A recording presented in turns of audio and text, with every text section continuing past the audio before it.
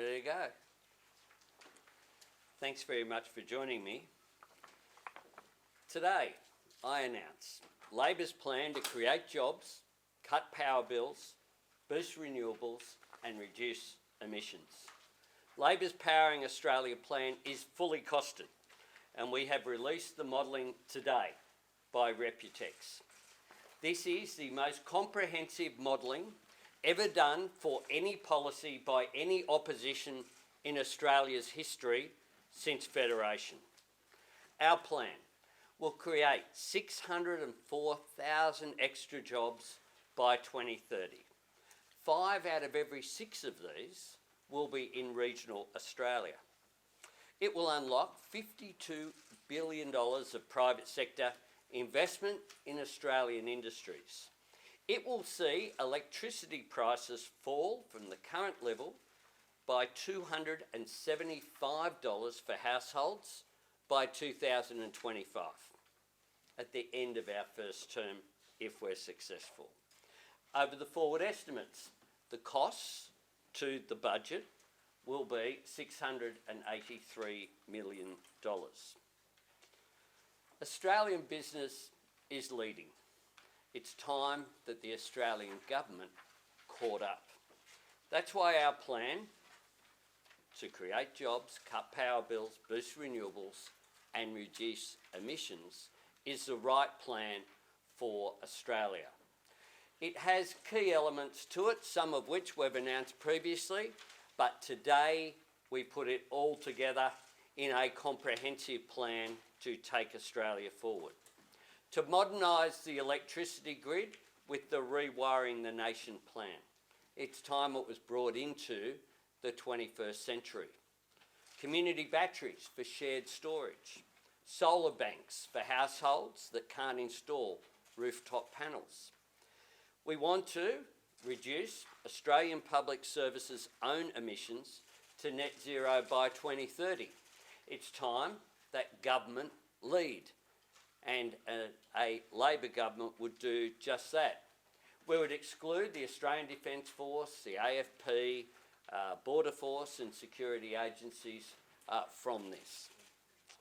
For facilities that are already covered by the government's safeguard mechanism, we'll adopt the Business Council's recommendation, to quote them, the baselines be reduced predictably and gradually over time. And we'll do so in a way that's consistent with reaching net zero emissions by 2050. We will also protect the competitiveness of emissions-intensive, trade-exposed industries by ensuring that they will not face a greater constraint than any of their competitors. We'll establish a Powering the Regions Fund from the existing Emissions Reduction Fund and Climate Solutions Fund. But in addition to that, we'll allocate up to $3 billion of the National Reconstruction Fund for industries to adapt and new industries to grow in regions, including in areas like green metals, hydrogen electrolysers and agricultural methane reduction. We'll remove taxes from cheaper electric vehicles. We'll develop a national electric vehicle strategy, including the necessary infrastructure rollouts. We want Australians to benefit in terms of jobs, and that's why we'll create new energy apprenticeships to make sure that the work can be done. What we've done here, and we're announcing today, is good policy consistent with net zero by 2050. What we didn't do was adopt a target and then work back. What we did was work through what are the good policy mechanisms that will see a growth in jobs, a reduction in emissions, a growth in renewables, and a reduction in power prices for households and business, and then see where that came up through the modelling. And the comprehensive plan, the modelling shows, will result in a 43% reduction by 2030 on 2005 levels. It's consistent as well with the COP26 statement, calling for an updated target of those countries that didn't do that at the Glasgow conference, and for that to happen by 2022. Now, I note that the federal government, the Australian government, signed up to that communique, but then put out a media release just afterwards saying we didn't really mean it and we won't change anything because Barnaby Joyce won't let us. This government has had over 20 attempts at an energy policy without landing one. This policy is the one Labor will take to the election and the one policy we will implement in government. In Glasgow, Scott Morrison gave an empty speech to an empty room with empty promises and no plan. This is a government that's frozen in time while the world warms around it. I expect the government to lie about this policy. There's a pattern of behaviour with this Prime Minister. He's made public comment on it without seeing it, let alone looking at the modelling. We have made sure that we have got this right over a period of time. We've released it when I said we would, after Glasgow and when we could have certainty going forward. Business wants certainty. That's why the Business Council, the Australian Industry Group and other business organisations have all been crying out for it. Major businesses and peak organisations all called for net zero by 2050 well before this government did. And this government, of course, just really have a vibe rather than a policy or a plan. This plan will ensure that no business and no worker is left behind. It ensures that Australia can take our place, which we should, as a renewable energy superpower for the world. One where high-value manufacturing and jobs are created, powered by cleaner, cheaper power. In conclusion, this plan will create jobs, cut power bills, boost renewables and reduce emissions. It's the right plan for Australia going forward. It's the plan that acknowledges what business wants. It's the plan that acknowledges that the world economy is demanding this, as belatedly senior government ministers have acknowledged. They've acknowledged what Australia needs to do. They just don't have a plan to get there.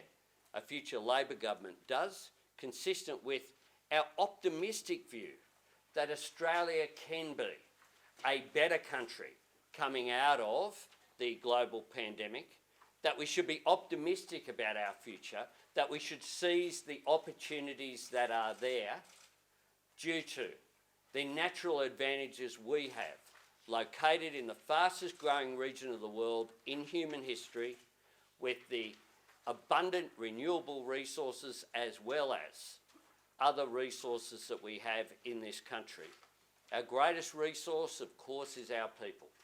And what this plan does is maximise the potential of those people to get high-paid, good, secure work, and for households and businesses to have much cheaper and cleaner energy.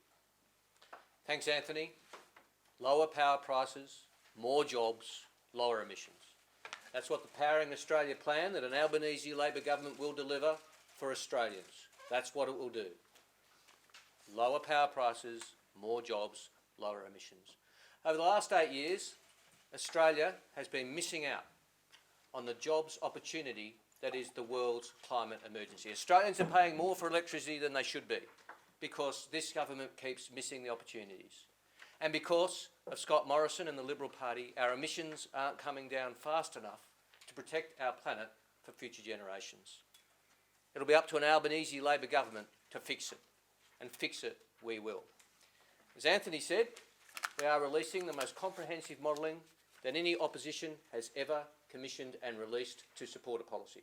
This modelling has been conducted by Reputex, Australia's leading energy economists, commissioned by the federal government, the current federal government, commissioned by many of Australia's biggest companies to advise them. This work has been independently conducted and explains in detail the implications of Labor's policies for the Australian economy and the positive economic benefit that they have. Federal government released a fortune cookie when they released their policy, scribbled on the back of a coaster. We, as the alternative government, are releasing a comprehensive plan supported by comprehensive evidence. Anthony ran through the figures, but they're important enough to repeat. 604,000 jobs created.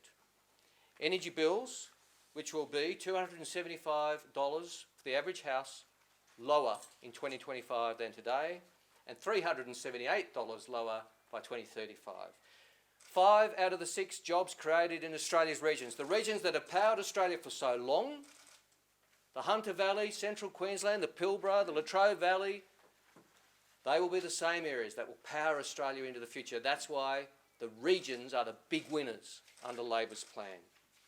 And the modelling shows that Labor's policy will reduce emissions by 43% by 2030, and Australia's electricity market will be 82% renewable under the policies of an Albanese Labor government. 43% will be Australia's new target, communicated to the COP by the Albanese Labor government. It isn't an ambition, it isn't an aspiration, it is the result of our policies, not wished into being by assumptions that somehow technology will magically appear, the concrete result of policy, and that will be communicated to the COP. It is a target with teeth. And whereas the Morrison government was embarrassed at Glasgow and they embarrassed Australia, we'll be proud of our policies, and an Albanese Labor government will bid to host COP29 in 2024 in Australia, and we will be inviting our Pacific Island friends and neighbours to join us in hosting it if they wish. Also, as Climate Change Minister in Anthony's government, I'll be reporting annually to Parliament on progress in a way similar to the government's reports on Indigenous disadvantage. We want to be held to account for progress. We want the Parliament to be focusing on how well we are doing as a country. And today, we're announcing further comprehensive policies, building on our Rewiring the Nation, electric vehicle tax cut, community batteries, new energy apprentices. As Anthony said, the Australian Public Service will be net zero by 2030. 75% of new vehicle purchases in the Commonwealth fleet will be EVs by 2025. We'll introduce real-world testing of motor vehicles emissions to give Australians the informed choice they need. They want to reduce their emissions through their transport, and they want real choices and real information, and we'll fund real-world testing.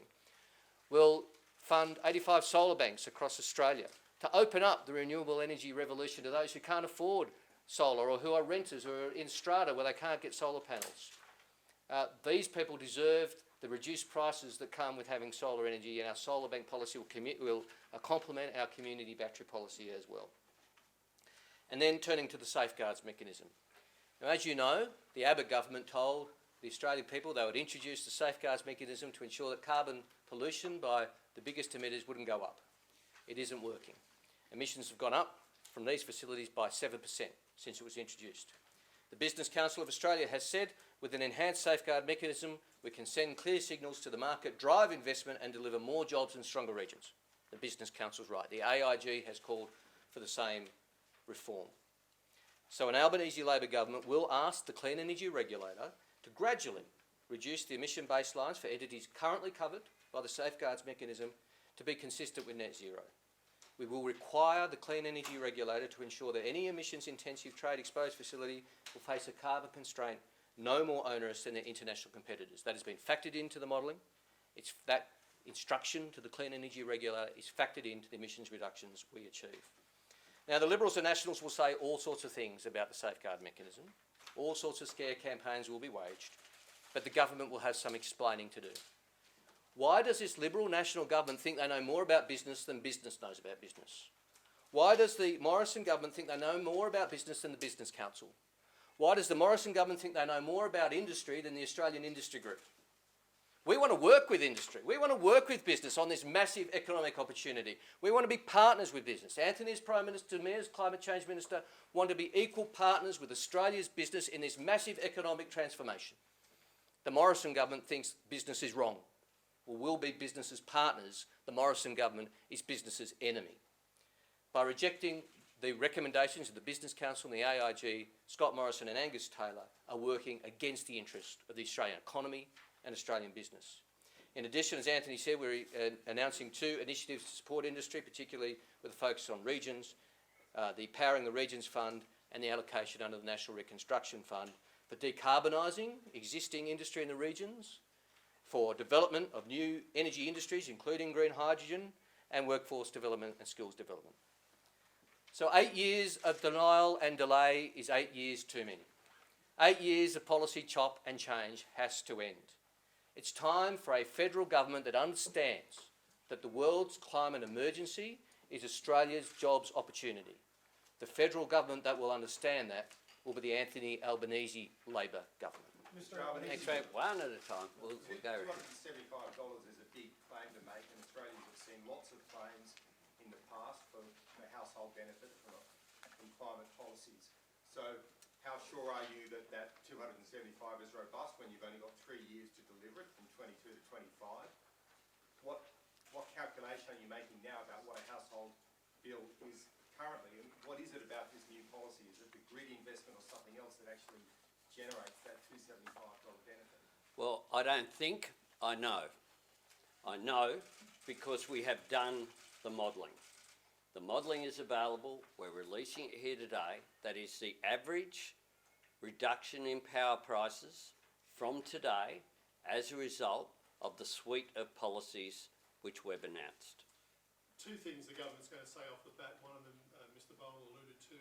They're going to say that lowering the baseline on the safeguard mechanism is as good as a carbon tax. How do you counter that? And the second is, if 45% reduction of the last election was too much in your words, why isn't 43?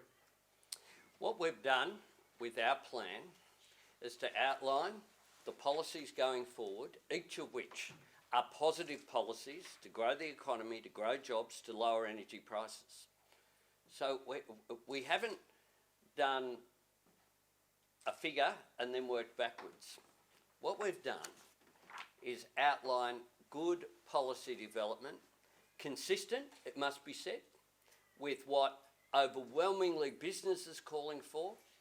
We have consulted the business community. We've consulted the union movement.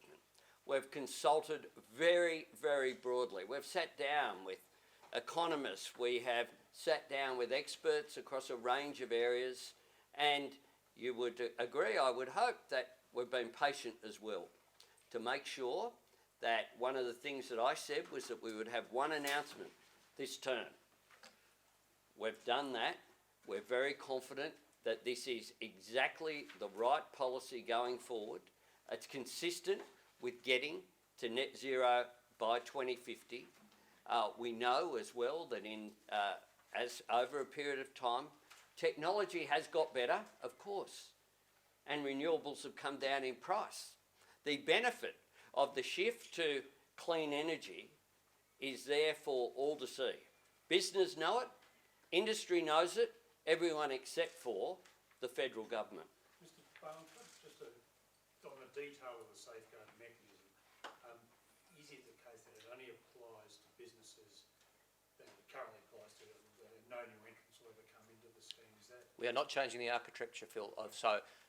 Exactly the same architecture as the government has. We are not extending the reach of the safeguards mechanism to any new entities. I know the Business Council suggested that.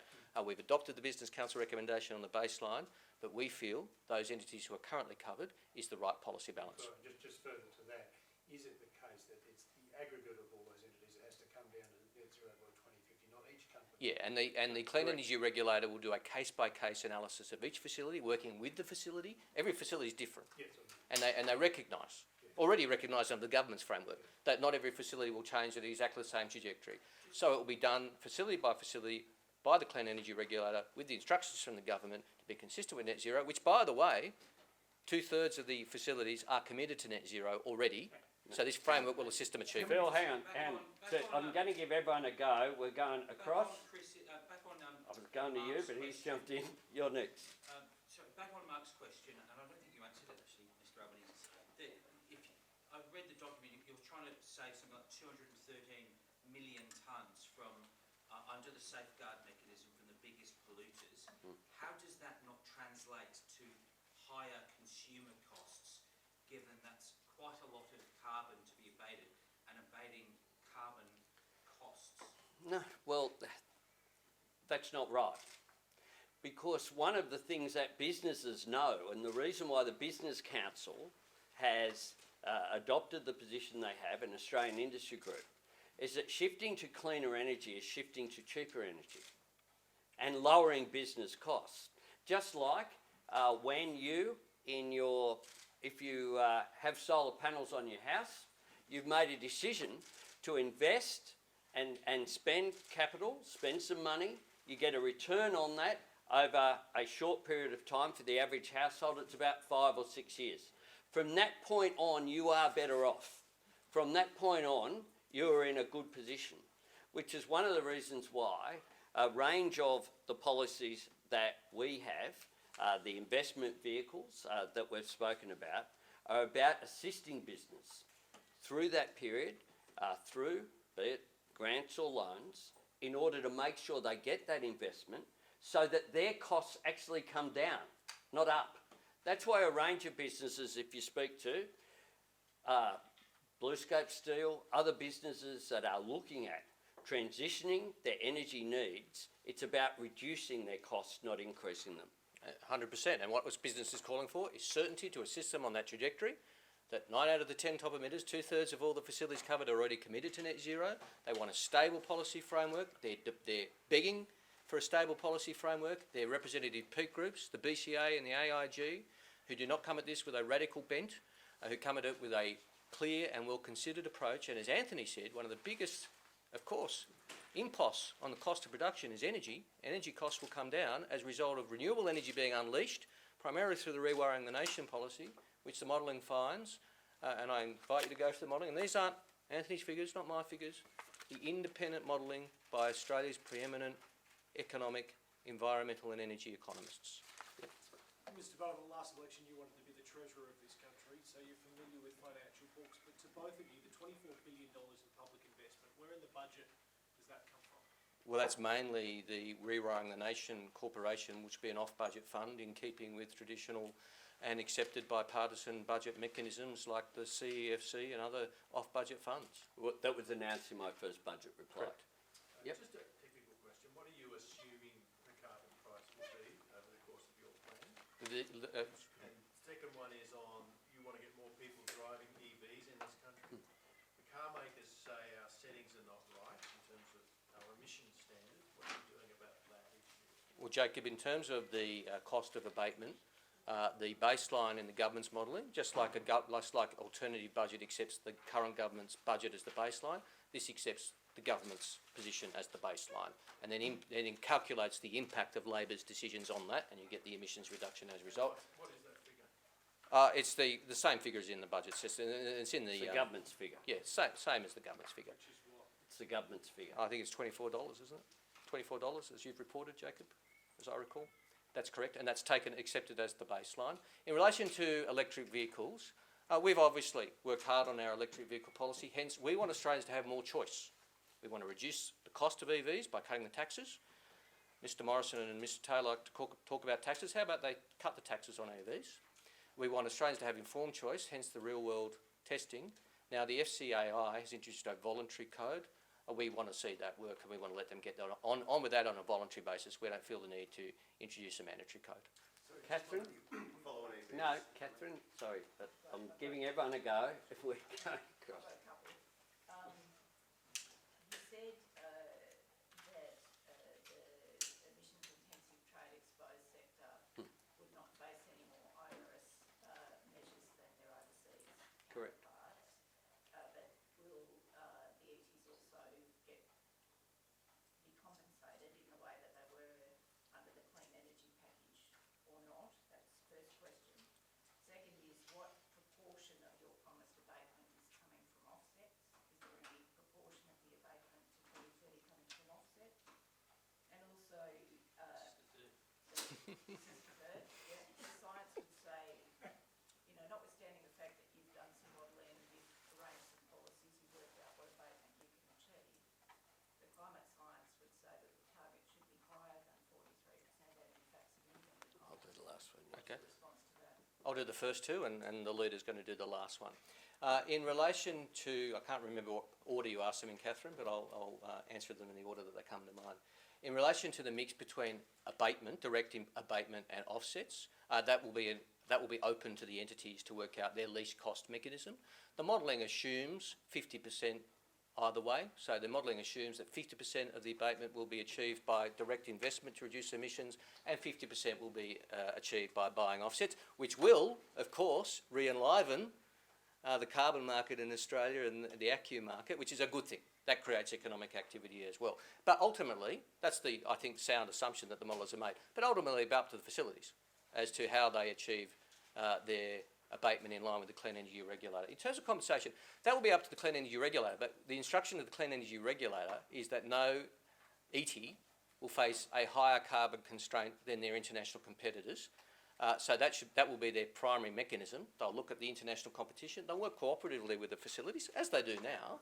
But the problem is the baselines have been set too high, doesn't receive any abatement, and that's why industry are calling out for a better framework, which it will provide. On the end figure of 43, as I said, my request to Chris as the Shadow Minister and the Economic team was to look at what was a good policy and then get it modelled and get an outcome that was in Australia's interest going forward.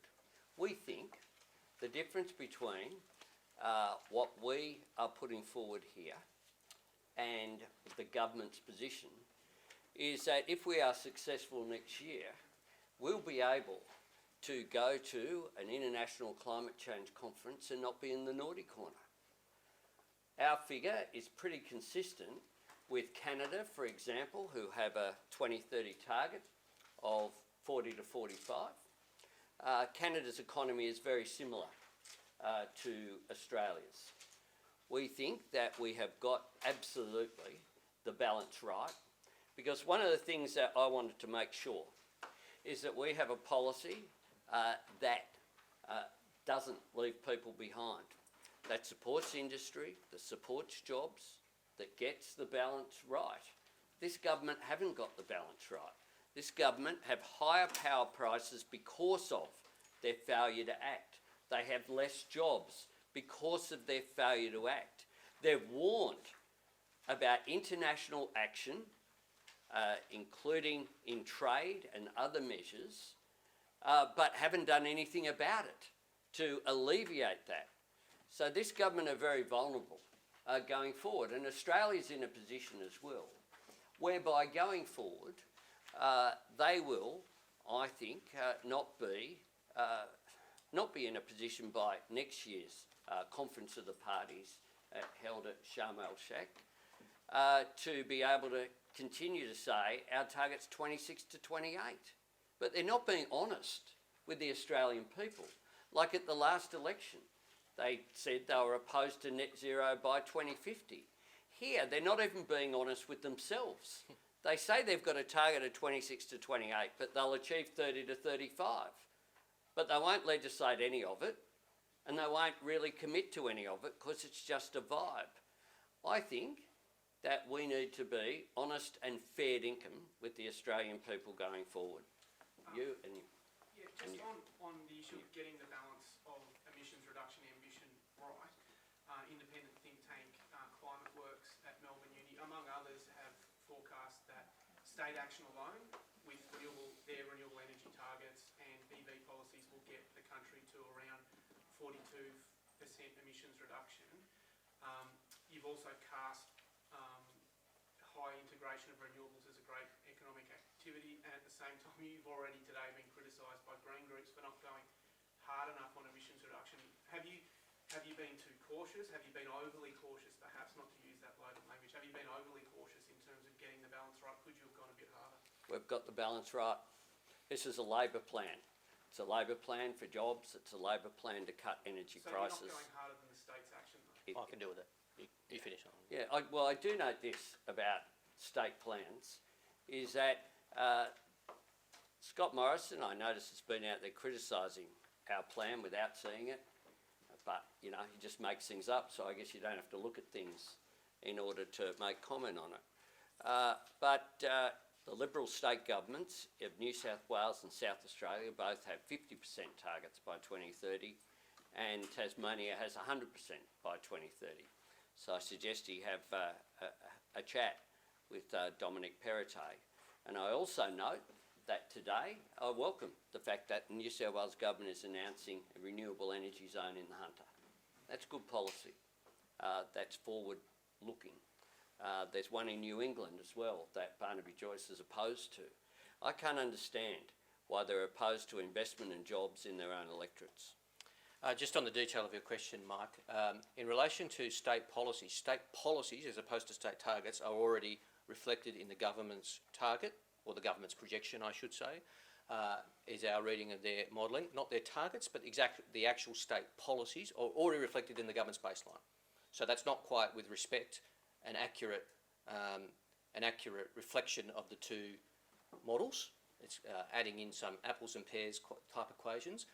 Those state actions are already included in the government's baseline. What we do is then add to that by the policies, most particularly Rewiring the Nation and Safeguards, which delivers real, quantifiable emissions reduction. Yeah. On electric vehicles again, just had a mental blank.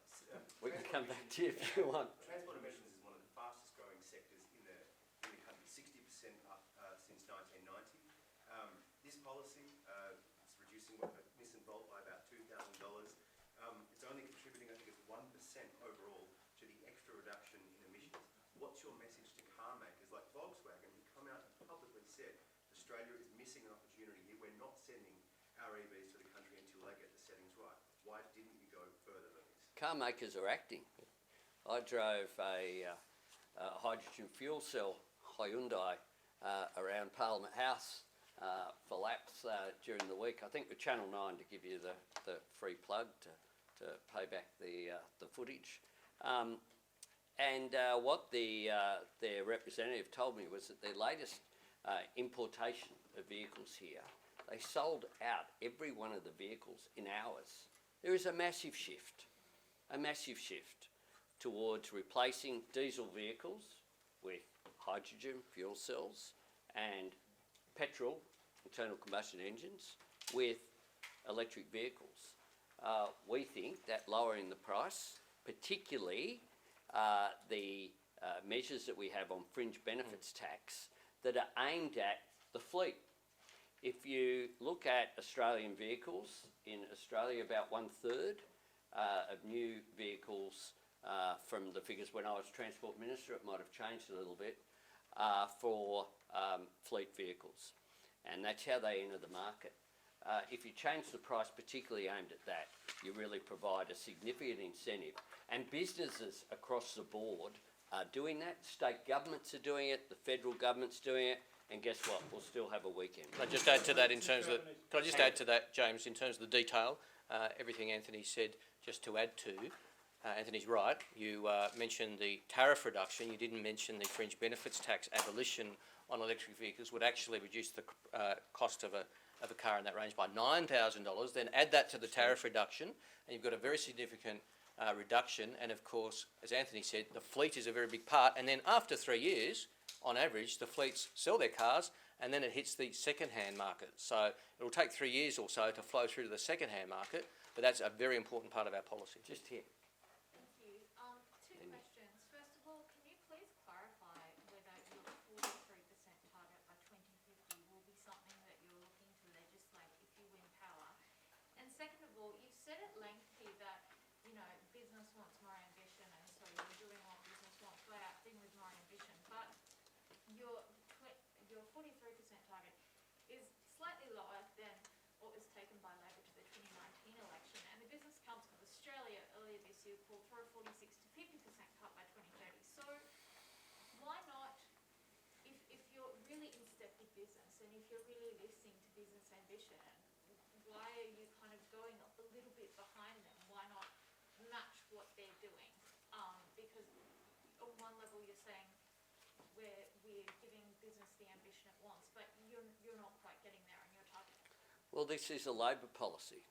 This is a policy from the alternative government of Australia that's fully costed, that's worked through that is, I think, has got the right element of ambition. It's a modest policy. We don't pretend that it's a radical policy. It's a consistent policy with our approach. It will do the right thing and the right outcomes on jobs and lowering energy prices, and a part of the suite of measures that we have, so that in our first term, the easy option, some people might have suggested, indeed some people in this room might have suggested to me from time to time, that we just go along with various things that have been announced by the government and not differentiate. We're doing the right thing here. The right thing here, we wanted to make sure that we had the detail, the costing, the plan out there, and it's one that we stand by and will campaign every day between now and the next election, but most importantly, look forward to implementing it. And sorry, and Legislation. Sorry. Yes. Sorry. Yeah. yes, we will legislate net zero by 2050 and the medium-term targets. What about the 43% Yes. target by 2030? Yes, You'll that's also yes. legislate that. That's what my That'll yes be refers part to. of Yes. Here. Mr. Albanese, Give everyone one question first before we... thanks, Phil.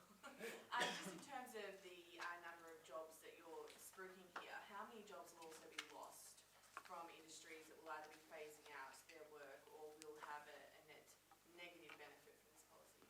Well, this is a positive policy. This But is a in positive modelling, policy. do we know In the modelling, very clearly, doesn't, for example, it envisages that there'll be no bring forward of any closures, for example. None. This policy will not have an impact on that. This is a positive policy to create jobs. Absolutely. And you know, the thing is that Australia will need more electricity, not less. As we electrify our vehicles, electrify everything, we need more electricity, not less. All the assumptions and all the conclusions in the modelling shows that job impact, and as Anthony says, no bring forward of coal-fired power closures, for example, as a result of any of these policies. Yep. Mr Albanese, rightly or wrongly, a lot of the debate after this will be about the 43% number. Now, Mr Morrison has said today that that number is not safe for Hunter, it's not safe for Gladstone, it's not safe for jobs. I mean, I'm sure he's not saying the word Hunter just as a coincidence. What makes you think that that figure won't be too high in seats in regional Queensland and regional New South Wales, but also seems not ambitious enough in inner city seats such as Macnamara or Brisbane? Well, he said that net zero by 2050 would have a devastating impact on the economy before he then supported it. This is a guy who said that electric vehicles would end the weekend before he denied saying that and pretended that he supported it. This is a guy who just attacks anything, is negative, and I think that one of the big distinctions at the next election will be a tired government that is out of puff. We saw yesterday a government that lost the Education Minister and Health Minister on one day during a pandemic.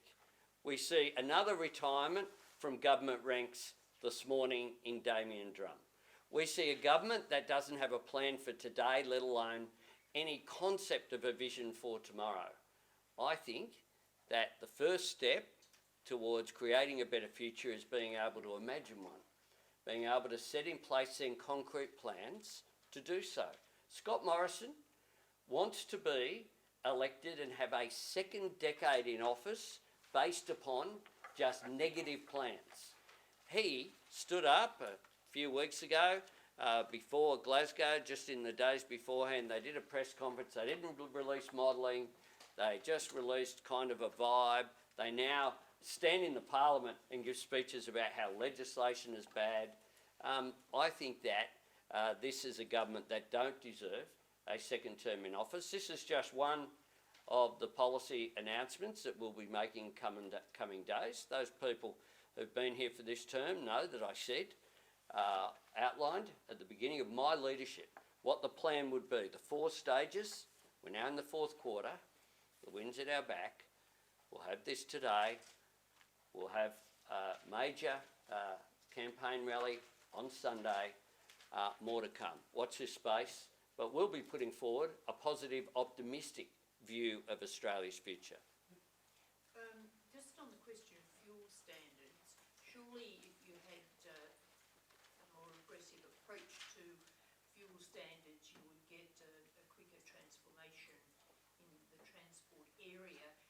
shied away from that because of a fear of a public backlash, or do you have some better rationale for that? So, vehicle emission standards, the government does have a policy on fuel standards we support, which they announced in the last budget. Vehicle emission standards. As I said, we've looked closely at all the options, we've consulted widely, as you'd expect any opposition to do, including with the manufacturers. I note the manufacturers' voluntary code. We want to see that work. We want to work with manufacturers for their voluntary code to work. But we want to... Why keep it voluntary? Well, that's because we believe that's the right model for now. Give it a chance to work. We'll reduce the cost of EVs by the tax cut, and we will work proactively to see the EV take-up increased by our EV tax cut for private fleets, by buying 75% of the Commonwealth fleet being new electric vehicles by 2025. These are all big and important policy levers. And can I just add, in relation to the question before about the government scare campaign, if I could be indulgent, yeah, Josh Frydenberg and Scott Morrison have already made comments today before they've seen a policy, which shows just how standard their behaviour is. Josh Frydenberg said this morning, our Labor never models or cost their policies. I mean, au contraire. I mean, he said that before he saw the document. And Scott Morrison said this policy will put electricity prices up. Before, he must have been aware of modelling which shows it puts electricity prices down. These guys are liars, and they'll continue to lie.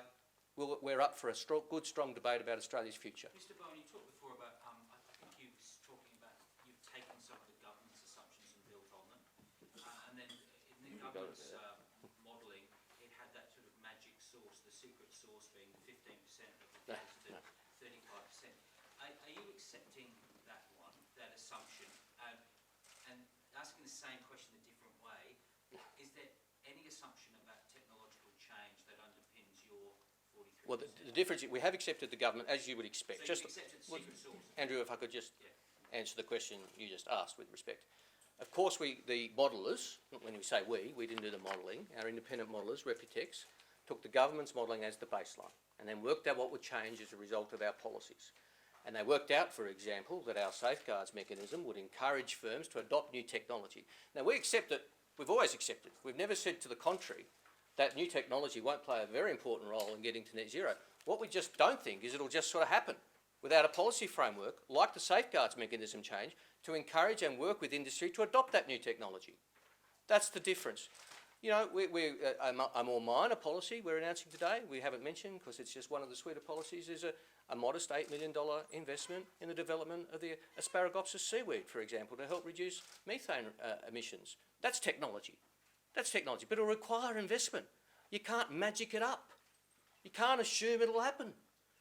Of course technology's got a role to play, particularly in the out years, but you need the policy framework to deliver it. That's what's different. Anthony Albanese as Prime Minister will preside over a policy framework to deliver it. Scott Morrison as Prime Minister hopes it'll conjure up. Okay, you can have one more between you, the Finn Brigade. The Finn twins. You get one. There are limited planes back to Sydney at the moment. In your headland speech, you made a point. You said you had to broaden Labor's message. Headland speech was the other guy. Whatever you call it. Was it? Big speech. Your fast speech. The one you did when you first became leader. Vision You said statement. the aim was to broaden Labor's pitch on climate policy beyond the environment. Yeah, to the absolutely. economy and jobs. Is Thank the you. emphasis of this policy more on the economy and jobs now than the environment, or the other way around? Well, it's about, can I make this point? If people didn't believe in climate change, and there's a few on the other side in the government ranks, using clean energy is still smart policy because it drives down costs. It lifts productivity and it boosts the economy and it creates jobs. I make that point. It's a point I made when I was the climate change spokesperson for the Labor Party under Kim Beazley's leadership, when we developed a whole suite of policies. But there's been a substantial change since then. Then you had to send a signal to the market about renewables because you needed to increase the volume of them to decrease the price. Now, government just needs to get out of the way in terms of not having 20 different policies which create a handbrake on investment, because business knows that the cheapest form of new energy is renewables. So that's one of the differences. But we also have a range of other things to say, and it is there outlined in our policy documents. We see climate change as a national security issue. We think that one of the ways in which we engage in the Indo-Pacific and with our neighbours and in the globe is by having a credible climate change policy. Now, if you ask people in the US administration at the moment, for example, about Australia's position, the truth is they're scathing of it, because Australia is sitting back one of the few countries that at Glasgow refused to increase any of its ambition going forward, which is what it was about. So we also do see it as a part of our international policy. That's why we've committed to making a bid to host the next COP that's available in 3 years' time. And that's why I think that this is a policy that will fit as well with the overall approach that we have to secure work, to jobs and going forward. You highlighted the problem. Ross, this will have to be the last one. Okay, you highlighted what you said was the Prime Minister's contradictions and his positions on this. But can I go back to my original question and perhaps get an answer? If you referred to the 45% reduction of the last election as a mistake and too ambitious, how can you refer to this 43% as modest? No, I referred to the policy. We didn't win the election. We didn't win the election. What you've got to do when you aren't successful isn't to do the same thing and expect a different outcome. What you need to do is to examine the lessons which are there. We did that.